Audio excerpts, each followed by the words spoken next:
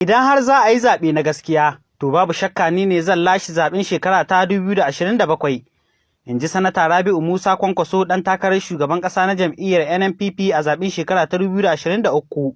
Tsohon gwamnan jihar Kano kuma jagoran Kwankwasiyya da ɓangaren NNPP mai littafi, ya ce jam'iyyarsa za ta kayar da jam'iyya mai mulkin Najeriya APC da kuma babbar jam'iyyar adawa ta PDP da sauran jam'iyyu a ƙasar idan lokacin zaɓen na shekara ta 2027 ya zo. Kwankwaso, wanda ke jawabi a wurin taron shugabannin jam'iyyar da ya gudana a Abuja, ya yi nuni da cewa 'yan Najeriya ba su jin daɗin salon mulkin da ake yi a yanzu, kamar yadda jaridar Punch ta rawaito.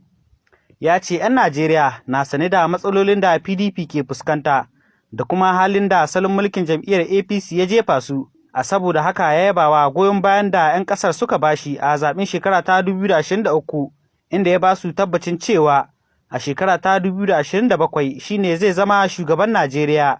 Da yake magana game da tsagewar jam'iyyar ta NNPP gida biyu, Sanata Rabi'u Musa Kwankwaso ya dage cewa kanun 'ya'yan jam'iyyar a haɗe suke. Kwankwaso ya ce ɓangaren mai kayan marmari da kansu sun san cewa wasa kawai suke yi, saboda yanzu babu wanda ke aiki da tambarin jam'iyyar na kayan marmari.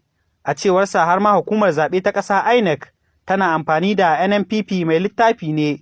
DCL Hausa, Okashatu Ibrahim Wakili. DCL Hausa.